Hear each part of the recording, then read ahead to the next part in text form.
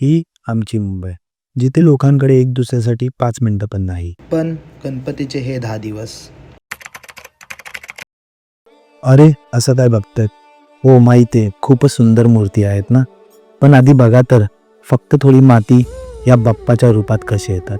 एक काम करू, माझ्याशी जास्त चांगलं तुम्हाला प्रतीक दादा सांगतील.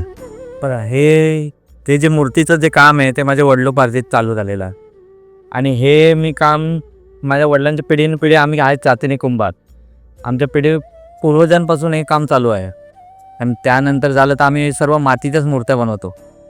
इथे सगळ्या मूर्त्या जेवढ्या आहेत तेवढ्या सगळ्या मातीच्या आहेत. POP एक पण नाही.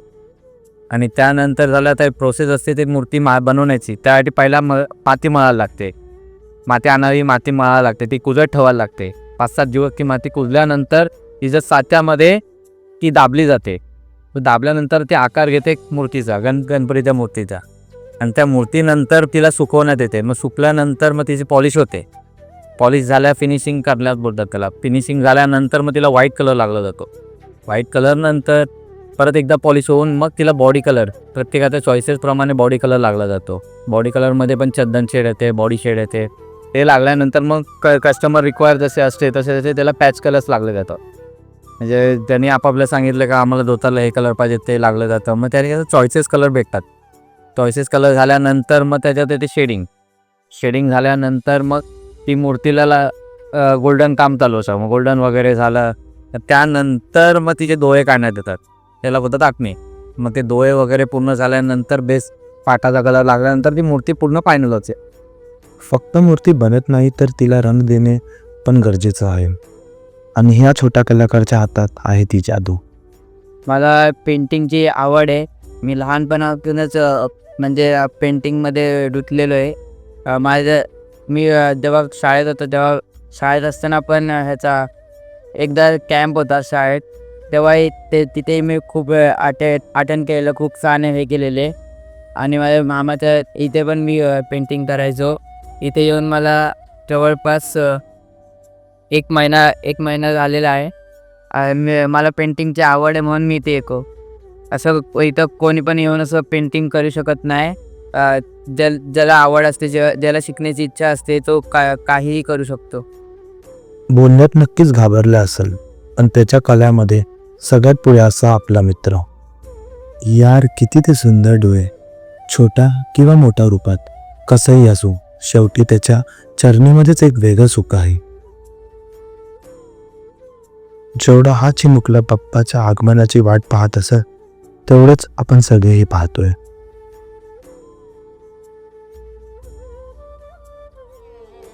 तर आज आहे 10 ऑगस्ट आणि आज आम्ही चाललोय 2025चा पहिला आगमन शूट करायला.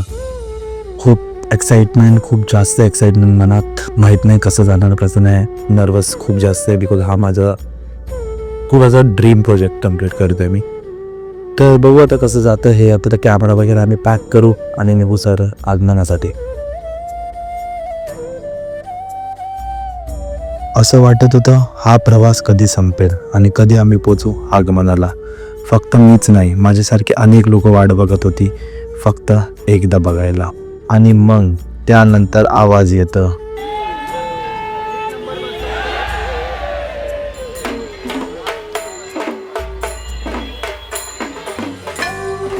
तुम्ही फक्त या ढोल पथकाचा आवाज ऐका, कारण ही तर फक्त सुरुवात होती. ह्यांचा जोश, ह्यांचा जल्लोष खूप जास्त, फक्त बाप्पासाठी.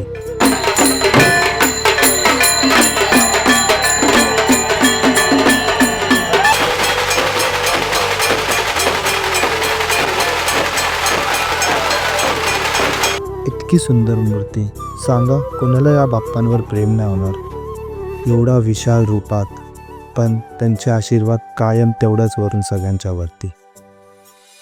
तुम्ही कधी बघितलंच नसेल साक्षात मुंबईला एक वादक कसं जेजुरी बनवून टाकतो.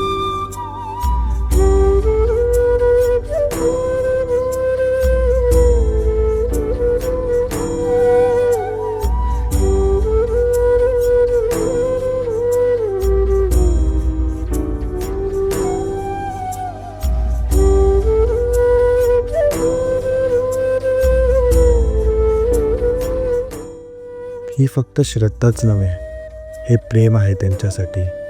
ते प्रेम असणार आणि कायम राहणार. प्रत्येक व्यक्ती लहान पोरापासून घेऊन मोठ्यापर्यंत सगळे हे 10 दिवसाची वाट पाहत असतात, कारण त्यांना माहिती आहे सुखाचे दिवस आता येतील.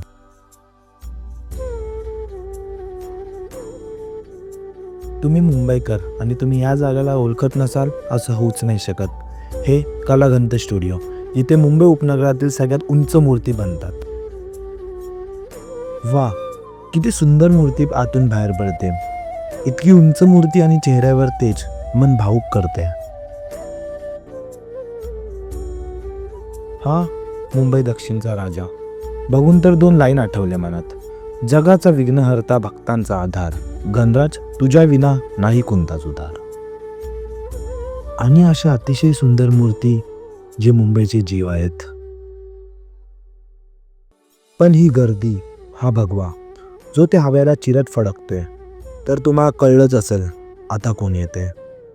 भाविकांना नम्र विनंती, पुढे चालत राहावे, पुढे चालत राहावे, पुढे चालत राहावे. आला आला आला आला चिंतामणी आला, चिंचपोकळीचा चिंतामणी आला, आला. डोळ्यात पाणी आणि अंगावर काटे आणणारा असा हा चिंतामणी. अंधश्रद्धाला पण श्रद्धामध्ये बदलणारा असा हा चिंतामणी. भर पावसात पण हे भक्त काही कुठे जात नाही. तीच त्यांची श्रद्धा.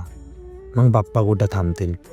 ते पण आपल्या भक्तांना भेटायला भर पावसात बाहेर पडले.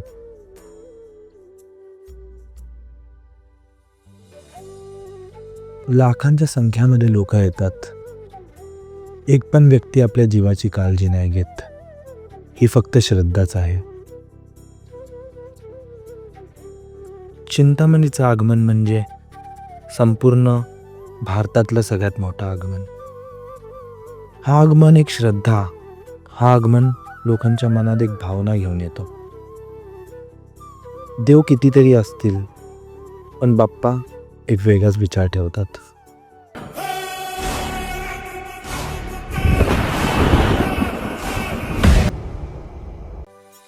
हो, आज 29 ऑगस्ट.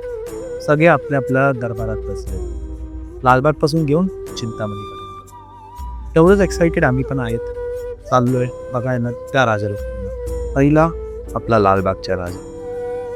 ही गर्दी नाही, ही आहे त्याची प्रजा. हो, ते तिथं बसलेत एकदम ठाटावाटा. बोला लालबागचा राजांचा विजय असो. हे मुंबईचे राजा. ही गल्ली आपल्या सुंदर अशा डेकोरेशनसाठी फेमस आहे. आणि यावर्षी हे लोकांनी रामेश्वर थीमचं डेकोरेशन केलं आहे. बोल बोल बोल 22 फूटवाले की जय.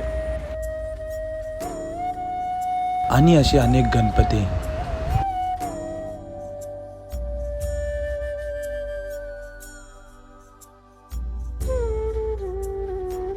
फक्त घराच्या बाहेरच नाही, घराच्या आत पण बाप्पांना तेवढंच प्रेम केलं जातं आणि त्यांना विराजमान करतात.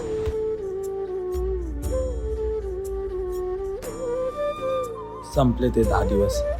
चालले बाप्पा आपल्या घरी. पण विचार करा, 1,00,000 लोक एकत्र वंदे मातरम गात असतील तर कसं ऐकू देईल.